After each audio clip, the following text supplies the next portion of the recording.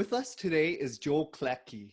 Joel started business casual copywriting in 2013. It started out solely focused on content marketing assets and copy and website copy. But in 2015, he narrowed his focus to exclusive to conversion copywriting.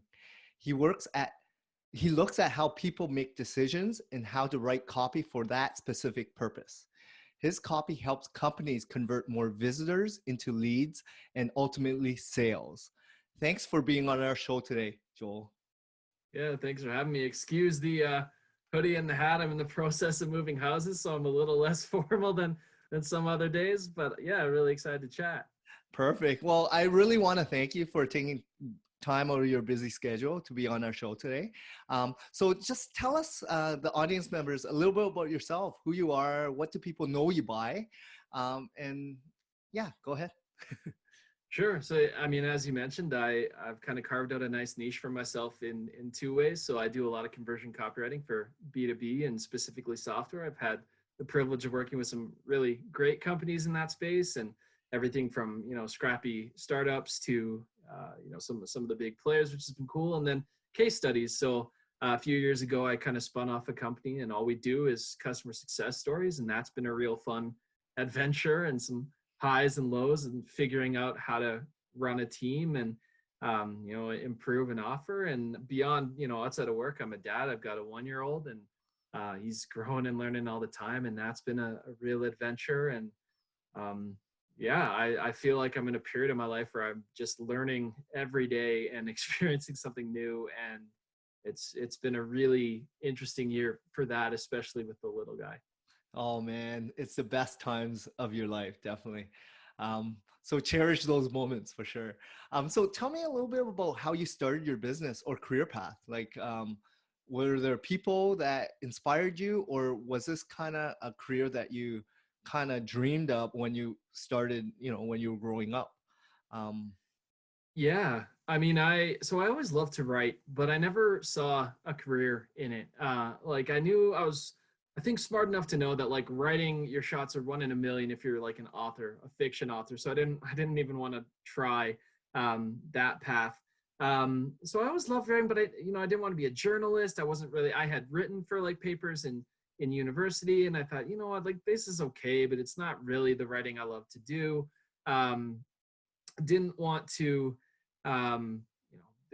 operate in like technical manuals. And so I had this huge blind spot at the time. I was like, well, writing's cool, but it's not a sustainable career path. And so I went and did a business degree because I thought, well, at very least I can apply that in a lot of different ways. And so originally my major was human resources, which would have been a disaster. But that just shows you like how clueless I was, I guess, as to like where I would wind up fitting. And so I did my business degree, and a year in, I swapped my major to entrepreneurship, which at the time was like the black sheep of the university. Now it's super cool. Like now UFC has all this like funding and all these programs, everybody loves it. But back then, if you were in entrepreneurship, like the dean of the school like barely acknowledged you existed, and like the teachers were all just like business owners doing it in their spare time. There was no funding, there was nothing, but I loved it. I met all these people, and for the first time I kind of saw, hey, like I don't need permission to start anything, and I don't need like, you can just build your own thing. So that was in the back of my mind. I graduated knowing more about like the kind of place I wanted to be than even what I wanted to do or start. So I went agency side. I randomly got a job in SEO, which I didn't even know what the acronym meant at the time, and started learning the whole digital world. And so after being there for about 3 years, I started to see the whole industry shifting its perspective towards content. And so Panda hit and Penguin hit, and all of a sudden it's like, hey, content's really important. And light bulb kind of went on for me. Like I had told the agency if I ever had a chance to write, I'd love to do it. And so I started doing like blog content. I thought that was kind of cool. And then websites for clients, I thought that was kind of cool. I was like, hey, wait a second, like this could be a career. This is like the intersection of what I love and what I'm kind of good at. And so in 2013, I kind of thought, okay, the whole industry is going this direction. I was a big fan of the boss that I had, but I was kind of at odds a little bit for where the company might be going or where I might fit best.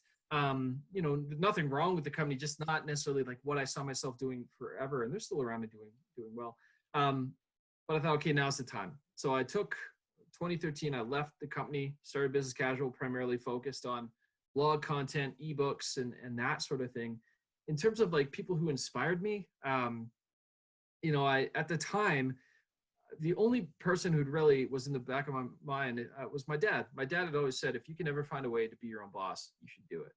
And I was kind of like, yeah, okay, but I don't know. I don't know how I'm gonna make that happen. But suddenly, here was this opportunity that like it was an intersection of what I love to do and what people would pay money for. And so I went for it. And from there, I met inspirational people along the way. Like part of my transition to conversion copy was being inspired by Joanna Weeb, fellow Canadian, and the work she was doing. But I think if anything, I was inspired by the words of my dad, and then just thinking back to that entrepreneurship class, just the freedom to build something and make it yours and control your destiny in that way was really attractive. So is this your first entrepreneurial kind of journey in terms of starting your own company and being your own boss? You know what? The funny thing is, I had started, I guess, like a business before this, but I didn't recognize it as entrepreneurship. To me, I was just a kid putting on shows. But I had started a company while I was still like in, I think, even end of high school and like into university, putting on live shows. So we would like book the acts and get the venue and like get the sound system and charge people the door. It was like the smallest of small businesses. Like I think when we wrapped things up, we both walked away with like $3,500, which at the time was like, sweet, like, great income. But that to me, that never really, I didn't set out thinking like, oh, I'm an entrepreneur. I mean, it was just like, well, shows need to go on, so we'll do this. So oddly enough, when I was in university and doing this entrepreneurship thing, one of the fears and doubts I had is like, am I the right kind of person to be an entrepreneur? Not even think about like, I've already kind of like done that. I was like, I don't know. All these people seem to like know what they're doing, and I don't know what I'm doing. So it wasn't the first, but I think it was definitely the first time it was like my full-time gig. And then I went into it with the intention of, okay, this is going to be a business. This is going to be my sole source of income. And that must have been very challenging, giving up a comfortable salary, good position, and then not even starting with any clients unless you've already built some relationships and let people know that you're kind of venturing off on Yeah. I mean, to be fair, so I wasn't starting from scratch. During the time leading up, so I mentioned about 3 years into the agency is when I started thinking about doing this. But it wasn't until almost 2 years later that I actually took the plunge. And so I had been pretty deliberate, and I didn't hide anything. I talked to my boss at the time and said, hey, listen, I'm thinking about like doing content writing for other people. If it doesn't interfere with work, are you okay with that? And he was fine. I mean, like I say, I had a great relationship with him and still. And so I had quietly been kind of, getting small projects and kind of getting my feet wet on doing it. But I think the bigger thing is, while it was agency side, I mean, the digital world, everybody talks on Twitter, and Twitter was the main one at the time, but LinkedIn and now Facebook and all over. And so I had built this network of people that when I went out, I wasn't starting with nothing. It wasn't like, well, better find some clients and build a reputation. It was like, no, people knew who I was. And, a lot of people trusted me and had seen writing work I'd done. I mean, Mike King gave me a chance writing for, they're, I guess, a bit notorious now, but I wrote for iAcquire's blog. And that was like one of my first paid ongoing blogging gigs. And a lot of people, read that and liked what I did and picked me up from there. So it was challenging. I think you mentioned too, giving up like stability. I mean, what made it harder is like literally the month I decided to leave the agency I was at, I got a job offer to go in-house for 6 figures at a bigger agency, working with way bigger clients. So I had a real like crossroads, right? Do I take the easy money and the safe living, or do I bet on myself? And I bet on myself. I printed that job offer out and I circled the amount, stuck it up and said, all right, this is what I said no to. So I better hustle. Like I better do better than that, because that's what I walked away from. And that was a motivator in the early goings on. No, those are really good points, because even when I look back, when I started in 2013 as well, like I didn't know anything about SEO, just so you know. I started it because I was at Yellow Pages and a lot of clients were frustrated. They were spending a lot of money. Their print directory medium wasn't working, right? And they were telling me like Google, and I didn't really believe in ads. So I was like, okay, I'm going to help you. and then I had to figure out a way to help them. So I Yeah. built it that way, but I've had a lot of relationships. I built a huge, you know, respect in the YP industry in terms of like clients that trusted me, even though Mm. the product wasn't great, they knew that I was going to take care of them. Right. So I brought that on when I started. And as long as you have something to fall back on. And another point, like you mentioned, losing a job opportunity, or I was at a crossroads myself too. I just got married, moved with my wife, and, you know, I didn't have a job, right? And I was either gonna look and get another sales job or do my own thing. So I was fortunate enough, my wife gave me the opportunity because she had a stable income to take a risk. Like I had no idea what I was doing either, right? But Right. luckily it became what it is today, and I'm super happy, right? And fortunate. So Yeah, I mean that's kind of the funny thing, right? Is part of the reason that I didn't know or felt like, am I really an entrepreneur? Because everybody talks about like, well, entrepreneurs are like willing to take risks. They're like, and so in my mind, I was thinking like, oh, like I'm a pretty risk averse person. Like I'm not like, let's roll the dice.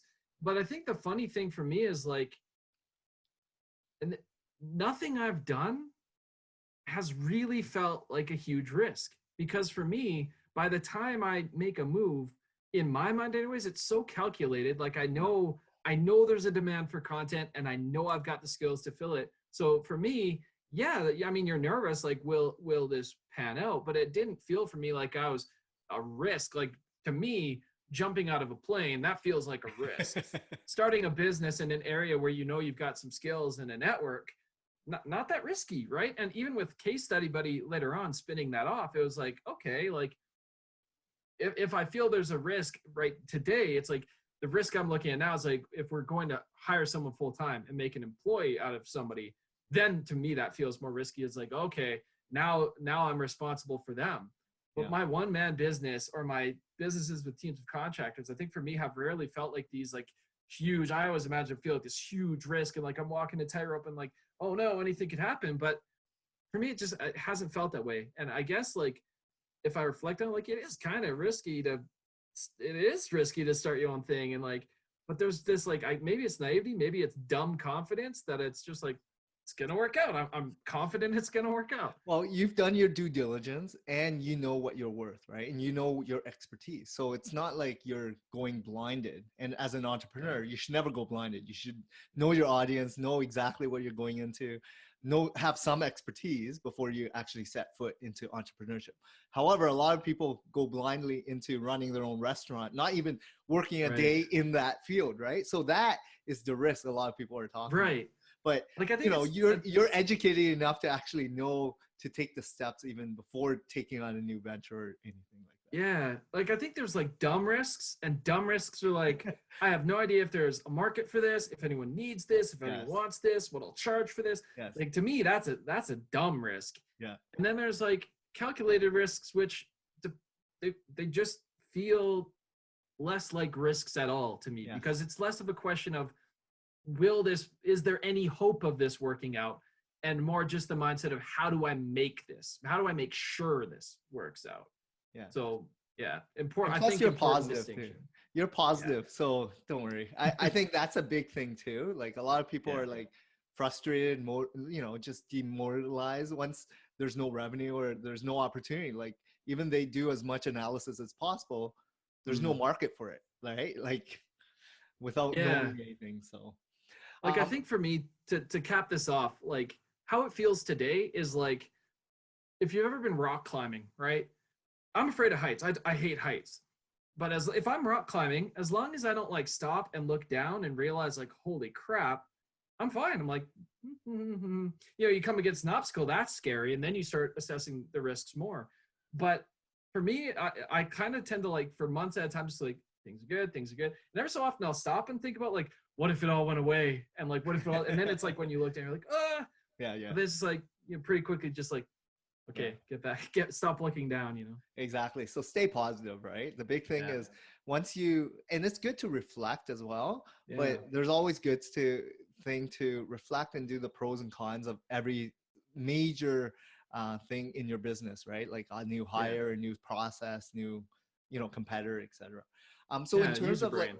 yeah, in terms of like following your purpose or passion, was this along the lines of what you always wanted to do growing up? Because you mentioned you loved writing, right? Yeah. And now you're making I a mean, business out of it, right? I mean, it's kind of wild to think about because when I was growing up, like SEO wasn't a thing. So Yeah. the job that I had for almost 5 years wasn't a thing. Yeah. Um, Conversion optimization in the form it is today, not a thing.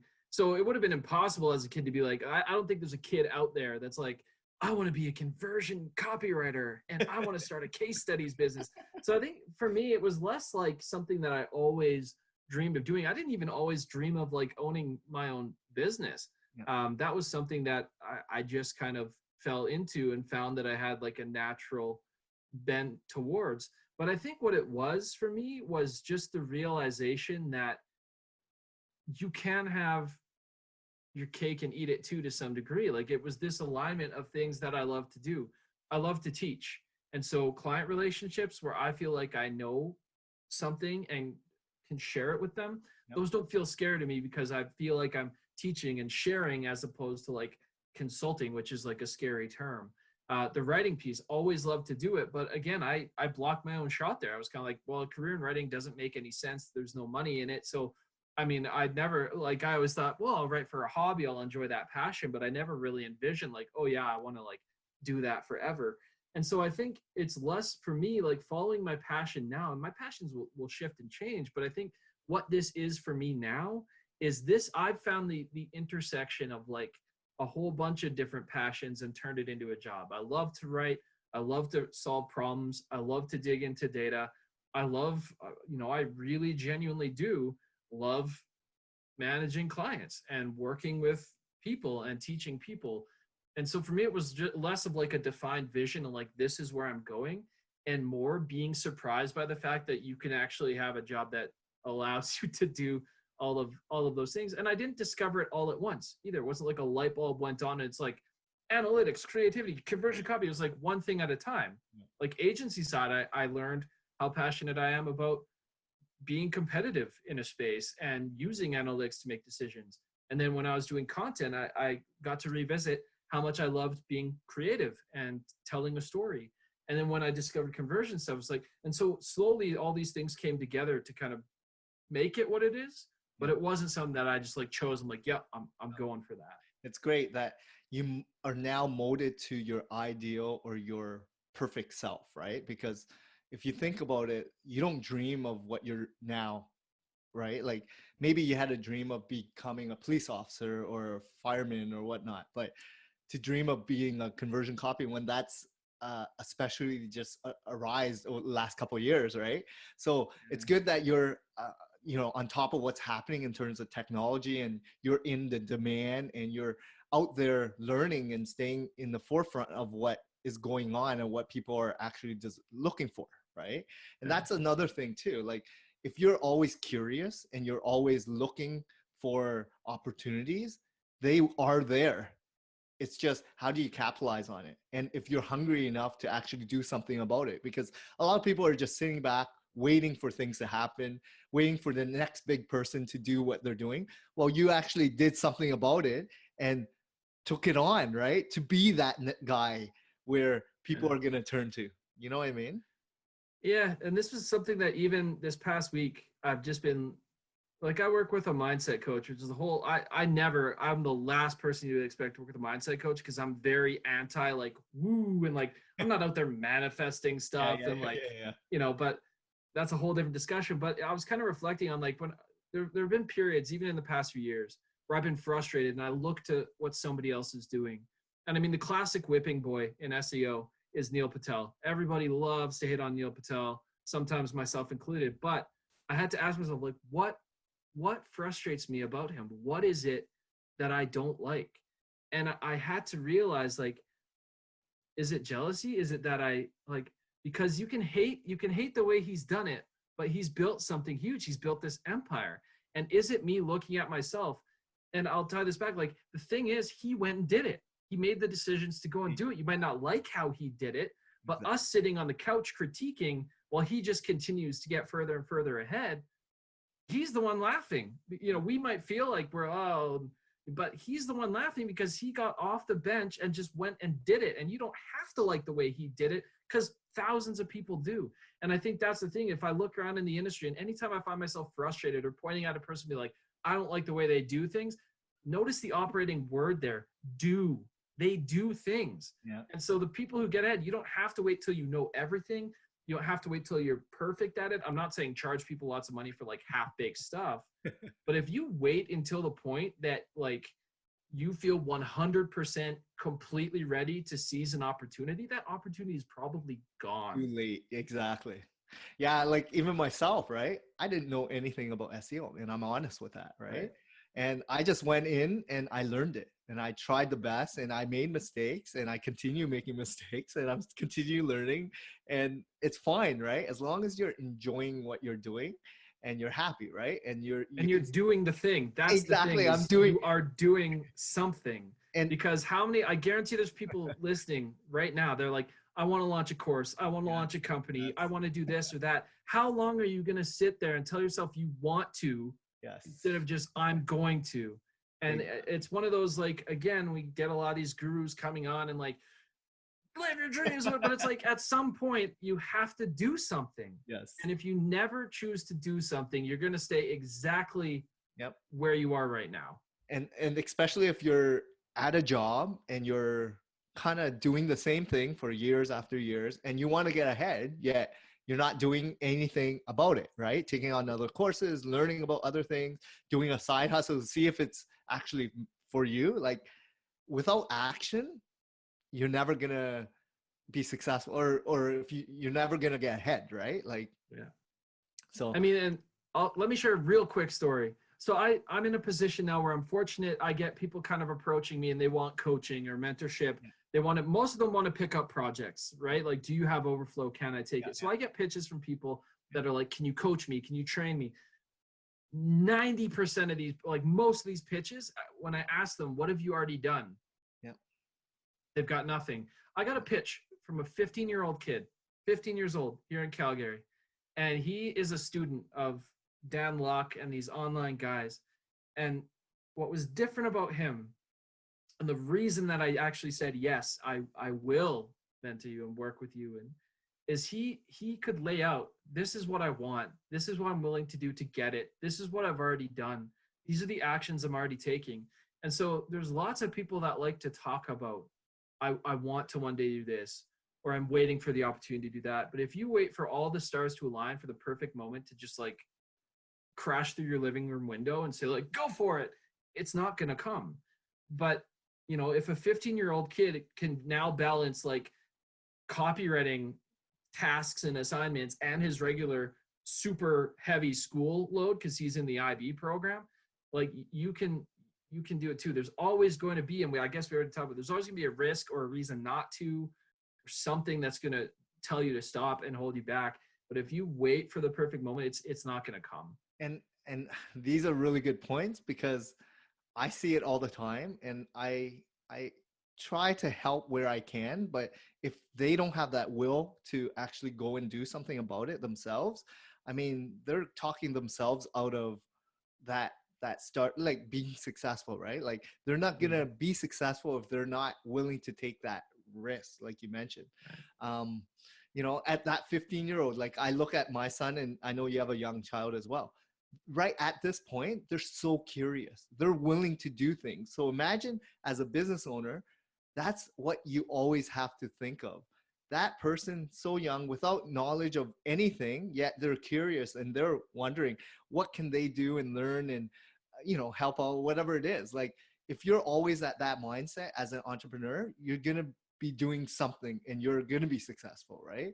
But the ones that are kind of hesitant and always making excuses and going on social media for the most likes or shares or comments, whatever it is, like all that stuff, distractions or watching TV that has no value. I mean, there's so many other ways to actually enrich yourself to get better, podcasts, YouTubes, whatever it may be, like follow people that you are inspired by, right? So these are really good points, Joel. So like you mentioned, you were able to pivot, but in terms of obtaining a coach and mentor, tell us a little bit about that as well, because you mentioned that is where you're at today, but did you also have people throughout the journey of being an entrepreneur that guided you? So yeah, I mean, not in the way I think a lot of people envision it. So like I've never had like a formal mentorship relationship, which that's I'm not saying that's good or bad. In fact, I probably would have benefited a lot from having somebody dedicated. But for me, like where it started is Joanna Weeb was launching her first mastermind. Yep. And I was like, I don't care what she's gonna ask for, I'm gonna pay it and I'm gonna join and I'm gonna be part of that small group because I had identified her as someone who like knows what she's doing, gets it, understands what it takes to get to the point that she's got to, and someone I wanted to learn from. And so for me, I was like, yep, there's no question I'm going to join that. So I've learned and continue to learn a lot from her. We're now friends, you know, and so I continue to watch her career and kind of learn from afar. I think I've had like mini mentors, and that I have like a small select peer group who's all doing what I'm doing or trying to do. You know, we might not all have the same focus. We might not all be at the same place. Some of them are way ahead of where I'm at. Some of them are still kind of coming up. But you know, I've got this peer group that, you know, we all kind of coach each other and work with each other and commiserate and solve problems together. And so it's not a formal mentoring or coaching relationship, but there's still a lot of the same benefits. And I don't know, you know, that has played into my life in so many ways, from actually getting projects from them to have the confidence to take other steps and that sort of thing. You know, and then now I've got like a mindset coach, but I haven't had someone like in the space necessarily that I'm taking, you know, I'm under their wing and I'm, you know, learning from them so directly like that. And I think that can be really difficult to find, virtually always beneficial if that person is willing to invest in you and if you're willing to do the work. No, those are great points. So in terms of like some of the challenges that you faced over your career and your current business, how did you overcome them, and what kind of inspired you or motivated you to get through it? Yeah, there's been all kinds of challenges. So I think in the early goings on, you're trying to build, even though I started with some reputation, you're trying to build your reputation and be known for something. And for me, the challenge in the early going, I was like, where's my focus? Like, what do I want to do? And so when I found conversion copywriting, like I tried a lot of stuff. I was doing blog posts and ebooks. I was writing for B2C and B2B and e-commerce and like all kinds of stuff. And so some of those challenges you kind of solve by doing. You have to expose yourself to a lot. You have to learn by actually going through it and finding your focus that way. I think in terms of like business challenges, so continually the question, once you like have reached the point where you're no longer worried, like, where's my next paycheck going to come from? Your immediate next worry is, how do I grow this thing? And so like a big mistake I made in the early going is I got dollar signs miles. I'm like, I'm going to scale the hell out of this thing. I'm going to get subcontractors. I'm going to hire them, put them on projects. I'm going to do it all. Like, so I went out and I got like 5 to 10 like referrals of people and like built this little squad. And I was like, great, here we go. Like, let's all be millionaires. Did not pan out that way. And the lesson I learned the hard way is you can't manufacture give a shit. So it's pretty rare you find someone who like shares your standards of quality and approach to doing things owner, and deadlines. Yeah. The second thing is you need a process. Yeah. And I did it backwards. I went and got the people, and I'm like, now I'll figure out the process. With Case Study Buddy, we flipped that on its head because I learned from that terrible experience. I had to start with the process, build that out, know exactly how I wanted things to all work. And then we went and got the people to help us make that happen. So scaling is like a constant challenge, and it's one that doesn't stop, right? In the beginning, it was like, well, how do I get one person and scale with one? And then how do I get two? And then, you know, how do I grow the types of offerings we can have? So scaling has been a constant thing. And so sometimes you learn from mistakes. Other times you want to analyze what others are doing and adopt that. So I've been taking a look at a lot of productized services in case studies, you know, not in cases, but like in like design or whatever, and looking at like what's working for them and how could we emulate that, and how can I get on the phone with that person and talk about like our experiences, and I can share and they can share. And that's been tremendously helpful, is directly approaching people who are either where I want to be or in a similar place to me and swapping war stories and like, how did you make that work? How did you solve that problem? how could I do that? I think an ongoing challenge for me too is time management. As things scale, as things grow, if you don't learn to delegate, or if you don't learn to like raise your prices, or if you don't learn to say no, that's the hardest lesson I keep having to learn, is saying no. You're going to quickly find yourself trapped, because when you say yes to everything, it's really hard to say yes to like the best stuff. When you don't say no to some opportunities, you miss other ones. And I quite honestly, I have had moments in my career where I've said yes to a project with like, not a bad client, but like a mid-size agency. So now I'm working with them, I'm writing their website or whatever. And along comes multinational enterprise company, and I'm too busy to say yes. And I'm like, I did this to myself. Like I got here by not having a plan and not having the confidence to say no, and to know what I want and know who I serve and why I do that. And so that lesson I continue to learn by setting boundaries, not to keep others out, but to keep myself in and stay in my zone of genius and stay in a place where I can say yes to the right things because I've said no to the wrong stuff. And that's really hard to do when you're relying on yourself for income and for stability and retirement. It's hard to turn down today money for future money. But that's a lesson that I keep on having to learn and keep on having to bring myself back to, is like time management. And that's such a challenge for me, and something that I keep battling with. No, these are all valid points, right? Like, until you know who your ideal customer is, it's very challenging to actually say no to everyone, right? Then you focus on that profile, dollar spend, or your ideal demographic, kind of, whatever it is that your target is, right? Your profile of a client. But at the beginning, you'll take on everything just to kind of understand, and you need to survive, right? So you need that income. The other thing about scaling, I mean, not every business needs to scale, right? So as a business owner, I mean, if you're comfortable with making that 6 figures, and you don't have to grow it to 500,000 or 1 million or a couple million. Like, people have to be content with what they have, right? Yeah. And so what if other people are, going after more clients? They could be running themselves to the ground. You don't know that, right? Like, the thing is, it's not for everyone. As a business owner, you've already made it where it's your business. You run it the way you want to run it. Don't expect what other people are doing is the right thing for you, right? So that's why I've learned as well over the years.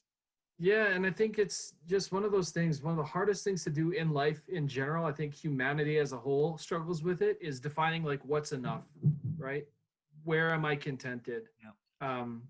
And not constantly be looking over your shoulder for, well, look what they've got, or look what they're doing, or look how fast they're growing. Like, comparison is so toxic to a degree. It can be so helpful in some ways, it can be inspirational in some ways, but if you're constantly comparing and actively working yourself out of a state of, I'm not saying be apathetic and like, nope, this is good enough. Like, it's good to have ambition, but a lot of businesses die because they tried to grow too much or too fast. And I've had friends and people who were happily running 6-figure businesses grow those to 7-figure businesses, and they're miserable and they wish they could go back. Yes. And it's hard to go, like, it sounds like a very first world problem, but like, it's hard to undo that. And I think, just to kind of close that out, it's not only at the beginning too that it's hard to say, stop saying yes to everything. Like, for me, one of the toughest things now is, like, even when I know my ideal client, sometimes a bright, shiny opportunity comes along, and it takes everything in me to say, like, I was approached by like one of the big oil companies in Canada. And when you look at them and you're like, their market cap and all this stuff, you're like, there'd be a lot of money there, right? Like, well, I could just bend the rules and I could work with a space I don't really know that much about, but like, think of the money, right? And that's like famous last words, I think, is like, think of the money. Like, it killed me when I tried to scale too much with subcontractors. It killed me when I took on projects that were a bad fit but had high price tags. Money, it's not bad. It's not bad to be motivated by money to a degree, but if you put blinders on and the only thing you look at is where's the most money? Where's the most money? You're missing this huge piece on happiness and contentment. And, like there's so much more. And for me personally, it's hard not to chase the money because like, I think for a lot of people, it becomes this mental scoreboard. But if you equate your worth with how much you can generate, you're never going to be happy and you're never going to feel proud of what you've done. And for me, that's been something that's been a lesson I'm learning with time. And just like I say, comparison is a thief of joy. There will always be someone doing it better and bigger and making more than you. And like you said beautifully at the beginning, like that's not important. You can run a business that like aligns with your life and lets you spend time with your kids or go ski, like whatever it is you want out of life. Yes. It doesn't have to be this crazy, like there's a music video out right now by Ed Sheeran called Beautiful People that like shows what happens when you take like an average like couple and plop them in these situations in music videos. It's hilarious because like you realize pretty quick, like I don't actually want that life Exactly. that's advertised so bright and Exactly. shiny. So figure out what you're all about. Like, what is your core values, and do they fit your mode as a customer? And if they do, then maybe you want to take them on. But not everyone's going to be your customer. And I live with it. I get bombarded just like yourself. I mean, people want our services, and yet we turn away more than we take on because they're not ideal fit, right? And it's okay, right? Because I can sleep at night because those people are going to drive you crazy. They're the ones that will eat at you and bug you all day long, and every little thing they're gonna find out, why isn't this that. Do they fit your mode as an ideal customer? So figure that out, mode it, and then you're in a happier space once you figure that out. And don't chase money, because if once you can if you can do that from the beginning, because again, I guarantee there's people listening who are like, I would love to have that problem. I wish I was turning away more than I was taking. I get it. But if you can do that from the beginning and define from the beginning and move toward that from the beginning, I promise you, no matter how counterintuitive this sounds, you will be so much further ahead. Yes. So much happier, avoid so many issues. But I think it's like a lot of things in life where it's one thing to hear it, and sometimes you just got to go through it. Hard. So you got to live it. So I did the same thing. I took on everyone at the beginning, and then I kind of narrowed down who my ideal profile client is, and just stuck with them. So the next thing I wanted to ask you, so 3 pieces of advice. So that was one, definitely a really good one. In terms of running a business, what would you give for these budding entrepreneurs in terms of what you became? Now people know you for what you are, but a lot of people who are starting off, how do you get them to know who you are? So I would say there's some real simple, it's not rocket science, real simple principles you can follow. The first thing is that you want to, when you think about this, you're not in the business of providing a service or providing a product. You're in the business of solving a problem. And you want to demonstrate to the right people that you know what the problems are. You've got a great process for solving those problems. You've got proof you can do it. And so when you define the problems, if you stop looking at it through the lens of like, this is the service I do, service. This is the product we do, product. When you can define for yourself, these are the people, these are the problems they have, this is how I solve them, this is the proof I can do it, or work towards getting that proof, that changes everything. Because when you approach it with that mentality, then you can do the second thing I want to talk about is position yourself as a teacher. Position yourself not as a vendor, not as a freelancer, not as whatever. You are a problem solver.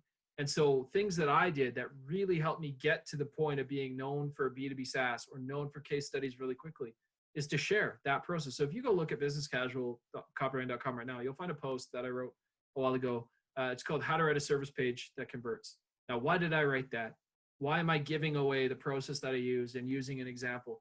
Because if I put that out there, and if I'm teaching, and if I'm sharing through the lens of, here's a company in the space I want to work in, here's a problem they had, here's exactly how I solved that for you, here's how you can go and do likewise, but odds are really good by the time you're done reading this piece, you're going to want to just pay me to do that. That is a huge recipe for success. Position yourself as a teacher. Teach. Take the problems you know how to solve and write about them, share, just give. Show the process. Because people are afraid to do that because like, well, people just take my process and go and do it. Like, yes, if the problem is so simplistic that somebody can solve it by reading one blog post, you're in trouble. But the idea is you're positioning yourself as a person who gets their space and solves their problems and has a way of doing that. So I would say start by changing your perspective on yourself to being not a product or service, but a problem solver. Then teach about it, talk about it, put it out there, give on that subject. And people start to associate you with that. Like before Case Study Buddy, nobody knew me as like the case study guy because I wasn't doing that stuff. But when Case Study Buddy launched, I started talking about it and sharing our process and posting about it and talking about the needs. And it's hard to do it if you're talking about 19 different things. Nobody's going to associate all 19 of those things with you. They just can't. So, you want to be known as the go-to, man or woman or company for X type of client who need X type of problem solved so that they can get X type of result. And when you fill in those blanks for yourself, then you have direction. You have a direction for you. So you're not chasing 19 different things. You have to deliberately move towards them. Yeah, focus, definitely niche down and specialize, become the expert, and then also give versus take, right? So the more you publish blog content, videos, it could be podcasts, it could be anything, or even speaking, right? Like position yourself as the expert. So those are really, really good points. So tell us, running a small business, how has technology or softwares changed, and how has it really enhanced your business over the years? So I think specific to my field, the tech to do conversion optimization has gotten cheaper and cheaper with time. Surveying tools, A/B testing tools, on-site polls, all of that gets cheaper and cheaper. And so I'm living in kind of a golden age for CRO right now. I really believe it, where there's this great intersection of like cost coming down, demand going up. And in running my own business, so beyond the actual like mechanics of doing my job, I mean, the thing that I tell new entrepreneurs, if I was going to go back to the last question, is like, there's two people that are worth any amount of money they ask for. That's your accountant and your lawyer. And you need both. You're going to need both. Don't do your own accounting. Don't be your own lawyer. But tools for tracking like finances, like there are so many options now that you have no excuse not to have your finances in check, not to know where your invoices are at, your profit loss is at. And so one of the like things I lucked into in life in general was having an accountant for a mom. And so one of the first things I did when I set my business was sign up for an accounting software. I think because I work with remote teams and because my work is largely international, some tech changes are just asynchronous communication, but there's still like Slack for coordination or project management tools. Again, the cost keeps coming down, the value keeps going up. But one of the like recent changes that's really changing the way I approach things is the simplicity and accessibility of video tools. So things like Loom. One of the things we're starting to do with Case Study Buddy, and I have done for a long time with Business Casual, with Case Study Buddy, we're starting to send videos to every single lead to add that personal touch, because they will never meet us in person. They will probably never sit across, unless they're at a conference or something, sit across from us. We want to recreate that experience, and now we can. I can send them a video addressing them by name, saying, hey, I'm excited. Setting the tone early as personal has made such a difference in everything in terms of expectation, how excited they are to work with us. But then with Business Casual, I don't just send people like a Word doc and be like, here, figure it out. With the availability of video tools, and if you're listening, like if you send clients any kind of report, any kind of deliverable, like, okay, but add a video component. Because like for SEO, for example, a lot of like reports go out. Nobody reads those. I'm sorry to break it to you, but like most people are never going to sit down and read that thing end to end. But if you send a video saying, hey, it's Joel here. Here's the top 3 things you should notice in this report. Here's why they matter. Here's what's coming next. And it's like 2 minutes long. Holy cow. People will watch that. They'll respond to it, react to it. You'll get so much more done. And I say that as a guy who like loves the written word. Like that's my deliverable, right? So with clients, like with video available, I can walk them through a landing page and talk about what I did, why I did it. So the conversation is no longer like, we don't like that word, or like, we don't like that thing. It's like, oh, we can see his strategy and his thinking. We can hear him talk about it. So video has like massively changed the way people talk about for use in marketing. Like, yeah, okay, true. It's changed the way we operate in terms of reporting and onboarding. And like, there's so much leverage there that people just aren't making use of. That's made a huge difference for us. Yeah, those are all very good points. I mean, your mom being an accountant, I married an accountant. So I'm in good hands. Regarding content, right? Like I know written content is always what people talk about on a blog, but people are impressed with case studies, infographics, images, video, and even audio, right? Like you have to remember, people absorb content different ways, but they ingest it better.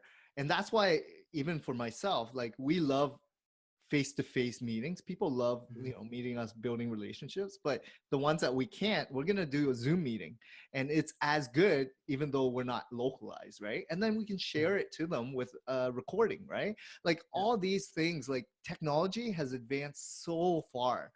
Our speed of internet is so more advanced in any time in this world, right? Like you can even use a mobile phone and do everything, right? So Yeah. there's no excuse.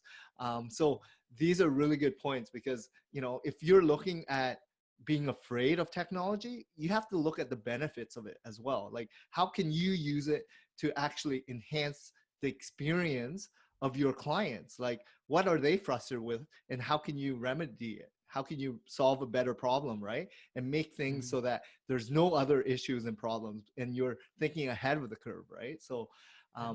it's great points. So what really, what drove you to become who you are? Because ultimately, I know we talked about drive and passion and purpose, but things have changed over the years, right? So Yeah. what drives you today? What's your motivation? Yeah, I think we've talked, like it's evolved, right? Like in the beginning, I'm not going to lie, I'm not going to pretend it's not true. I was motivated by money. Like I wanted to make as much as I possibly could. And I learned a lot that way. I gained a lot of ground that way. I made a lot of mistakes that way. After that, I was driven, to build something stable and something bigger than myself. I was driven, like, I think the past few years for me have been about learning, and I was driven. I got to this point where I was like, I feel like I've stopped learning and I've stopped being excited about taking on new things. I've lost this curiosity that we talked about earlier, right? And so for the past couple of years, especially with case study, but it's been I've been driven by exposing myself to new challenges and recognizing I needed new skills, and that was a big motivator. And yes, the money still mattered. You can't live without an income, but for me, it was more about, okay, I want to keep learning and growing. And then once Linus was born, that's my son. I mean, that's, my motivator now is, yes, like money still matters and learning still matters, but family, like I want to now my focus is less on how much can I make, how big can I grow. Those things, they're still a part of me, but now my reason and my drive is different. I want to build a life that allows me to be present. I want to be present for my kids. I want to be present in the day to day, because we don't know how many days we get. I want to build a life that sets my family up to do the things, to achieve their dreams and to accomplish what they want, and to see. I've been fortunate to see so much of the world. I want to share that with them. A big motivator for me now is, again, this always sounds like, oh, good for me, but like giving back. Like I'm excited to help other people get to the point that their worry is no longer how am I going to get clients, but how am I going to manage the clients I'm getting. um, and so, like, there's, even in this 6 years that I've been out on my own, like it seems like every 2 years something shifts in terms of like what's motivating me now and what's driving me now, and even honestly, what am I passionate about now. And I think that's the thing that has frustrated me in the past, is we tend to talk about passion like it's a static thing, like we've always been passionate about this thing, or I'm always going to care about that thing. And I think we also don't leave room for ourselves or other people to grow and learn and make mistakes. And acknowledging for myself, as someone who's very self-critical, and I talked about, like, I'm a perfectionist to my own detriment, and that's been a huge barrier in my business. It's been something that's held me back, created problems. Sure, it helped contribute to like me getting known for the quality of work that I'm known for, but it's hurt me too. And so I think being open enough with yourself to realize that things can and will and should change, and the things that Yeah. drive you should change. And there's nothing wrong with starting out being motivated by one thing and growing to a different point, or going back and forth. Like that is life, and that is good, and that is exciting. um, so for me today, yeah, it's the things that push me now are not the things that used to, and I think that's great. Yeah, I think you bring up all valid, great points, because curiosity is so important, and you should always be a lifelong learner. And you should always be curious because, like you mentioned, if you're a perfectionist, learn to delegate.